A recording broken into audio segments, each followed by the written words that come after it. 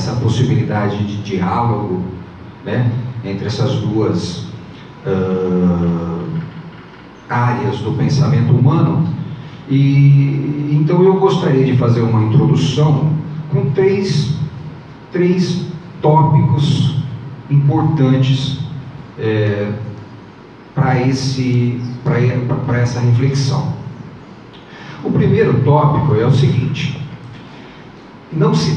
esse evento não se trata de maneira alguma de uma tentativa de conversão, sabe isso?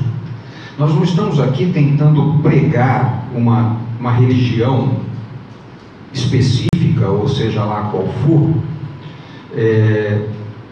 tentando convencê-los de que a religião é uma coisa boa, de que a religião é isso, aquilo outro, ou tentar provar, por exemplo, a existência de Deus, ou coisa que o valha. Não é essa a intenção. Apesar de que hoje nós temos aí até propostas como de um pensador contemporâneo chamado Amit Goswami, não sei se vocês já ouviram falar, da física quântica, que tem publicações, por exemplo, tentando mostrar evidências científicas da existência de Deus. Um livro que, inclusive, o título é justamente esse. Mas não é esta a nossa proposta hoje. A proposta de hoje, ela vai para além disso. A proposta de hoje, inclusive, tem como pressuposto de que as pessoas que estão aqui já tenham uma concepção, não é, de Deus, já tenham a sua fé, já tenham o seu mínimo conhecimento dentro das formulações religiosas e vieram aqui para ver como é que a gente poderia fazer esse diálogo entre psicanálise e formulações religiosas. Da mesma forma que a religião, o pressuposto de que vocês já tenham essa formulação religiosa em vocês, imaginamos que vocês também tenham alguma noção do que é psicanálise, não é? Então, a primeira ideia que eu gostaria de lançar é que não se trata aqui de uma tentativa de convencimento de que a religião é uma coisa boa para qualquer pessoa. Tudo bem? Outra coisa, nós estamos aqui dentro de uma instituição católica, sabemos aqui que essa instituição é católica, no entanto, não estamos pregando a formulação religiosa exclusivamente dentro do catolicismo. Tudo bem? Nós estamos falando de uma formulação religiosa, de um conceito de formulação religiosa, que vai para além dessa coisa segregadora de que um é católico, o outro é evangélico, o outro é umbandista, o outro é devoto de Krishna, o outro é budista. Não é nada disso. Quando a gente está falando da palavra religião, nós estamos falando de religar e não de segregar. É uma tentativa de religar o sujeito ao todo. Percebe? Então é isso. Se a gente tiver alguma ideia aqui de querer dizer, olha, a minha religião é mais bonita que a tua, então é melhor você ir torcer para um time de futebol que fica mais bacana. Não é essa a proposta aqui, de maneira alguma. Segundo ponto, e muito importante. Aí você vai dizer assim, professor, olha só, eu vim aqui na realidade porque religião e psicanálise é quase um contrassenso, não é? Porque quantas obras o Freud não escreveu criticando a religião? E em quantas obras ele não escreveu tecendo críticas à religião? Não é isso? Só que assim, o Freud ele tinha uma relação com a religião extremamente particular. E aqui também vale dizer que nenhum ser humano é digno de idolatria. E o Freud não foi perfeito, está longe de ser um ser humano perfeito, se aqui existe um ser humano perfeito. Eu ainda não encontrei. Então, a psicanálise freudiana tem suas falhas, pôde ir até onde conseguiu ir, e é por isso que nós temos uma corrente de pensadores psicanalíticos. No GEPA, por exemplo, a gente segue Freud, Melanie Klein, Bion e Winnicott. Então, são pensadores que vieram expandir esse pensamento justamente naquilo que o outro foi limitado. E a proposta do GEPA é, inclusive, ir para além destes que eu citei aqui. Humildemente e, ao mesmo tempo, corajosamente, indo para além deles. Porque acreditamos que a psicanálise só se mantém viva através de novas ideias, de expansões corajosas. A ideia do Freud, enquanto religião, ele tem uma obra de 1928, que acho que a Alessandra vai citar um pouquinho, que é o futuro de uma ilusão. E nessa obra, ele traz a ideia de que a religião é uma ilusão em massa, é uma alucinação em massa. Não é dessa religião que nós estamos falando aqui. A formulação religiosa da qual será tratada, está sendo tratada aqui, é o contrário da ilusão. É mais um recurso que pode trazer para você a possibilidade de um acordo com a realidade. Essa religião, ela não te traz garantias. Ela não é um consolo, um conforto. E aí vale dizer que nós estamos falando aqui do sujeito que usa a religião de maneira madura. Percebe? Qual que é a diferença desses dois sujeitos? Sabe aquele devoto, devoto entre aspas, que chega na igreja, ele nem terminou de rezar o Pai Nosso, ele está pedindo que ele precisa de dinheiro para pagar a conta de luz, ele precisava comprar um carro novo, sabe isso? Tem uns que rezam até em inglês, porque o pedido deles, eles queriam em dólar. Sabe isso? Não é isso. A questão não é essa. A Bíblia não é um catálogo da Avon que você só abre a hora que você for fazer pedido. Não é isso. A questão não é esta religião. A religião que nós estamos tratando aqui é do sujeito maduro o suficiente para ser grato àquilo que Deus já proporcionou a ele. Maduro o suficiente para reconhecer que a maior parte dos problemas dele foi ele mesmo que plantou, e maduro o suficiente para se colocar à disposição de ser um instrumento da graça divina. É desta religião que nós estamos falando aqui. E essa tem tudo a ver com psicanálise. Essa não é uma ilusão. Essa te coloca responsável por si mesmo e pelo mundo. Faz sentido, gente? Então é uma mudança catastrófica. Então não é uma ilusão, é o contrário. É colocar você de acordo com a realidade. E assim, esse acordo com a realidade tem o pressuposto da maturidade emocional. O que é a maturidade emocional? É aprender a perder. Então é uma religião que te proporciona um aprendizado de viver sem, de viver com menos. Sabe isso? Então é o contrário de uma ilusão. A ilusão te traz garantias, a ilusão te traz possibilidade de obter coisas. Não é essa a proposta. A proposta é ser capaz de viver com menos, é ser capaz de tolerar a falta, ser capaz... Faz sentido ou não, gente?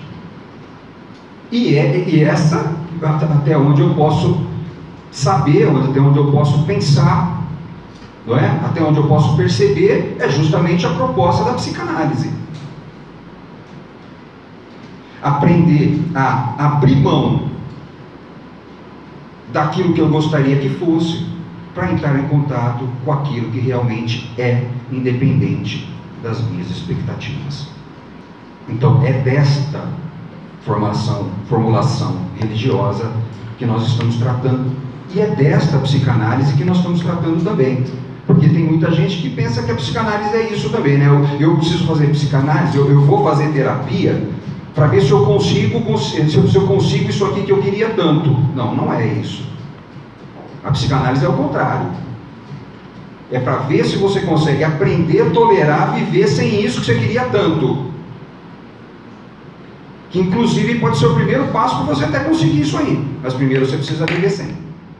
Até porque o Freud tinha uma relação extremamente delicada com a religião. Ele era judeu, sofreu pra caramba a vida inteira por conta de ser judeu e estar ali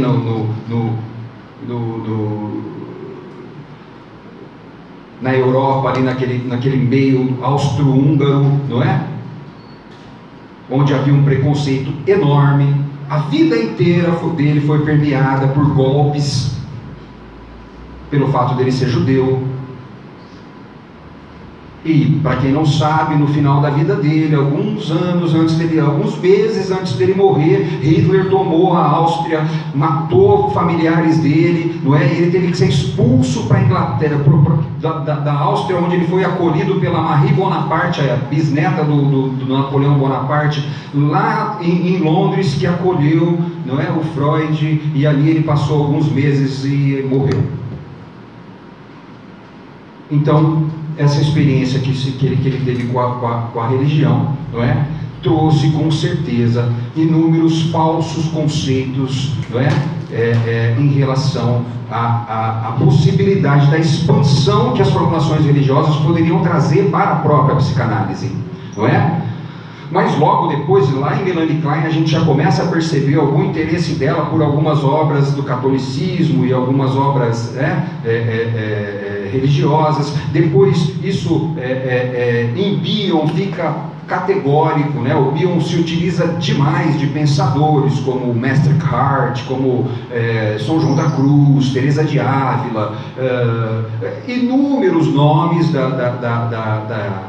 da religião. O Bion se utiliza, não é? E ele é muito clara essa relação dele com as formulações religiosas como um instrumento importantíssimo de expansão, né? E assim, o próprio Freud, a obra dele está recheada, não é? Salpicada de trechos da Bíblia, não é? E aí você vai dizer assim, se você tiver um pouquinho mais de tolerância, você vai perceber que a mitologia grega não deixa de ser uma religião. Nós estamos falando de deuses, não estamos falando? Estamos falando de Eros, de Thanatos, não é isso? E está ali, né? Freud cita a Bíblia em vários lugares. Bom, de qualquer forma, depois a gente vai ter François Dolto, que fez uma obra belíssima chamada Psicanálise dos Evangelhos, né? Quem tiver a chance de ver, de ler, é uma obra belíssima, bonita demais, enriquecedora, não é? Então, a gente está falando aqui de uma possibilidade muito rica de diálogo, de concordância das formulações psicanalíticas e as formulações religiosas, que vale a pena se refletir. E assim, não sei se o meu tempo já está dando aí, não? Tá bom? Então eu gostaria de trazer uma terceira proposta de reflexão sobre esse diálogo possível destas duas vertentes do pensamento humano, psicanálise e religião.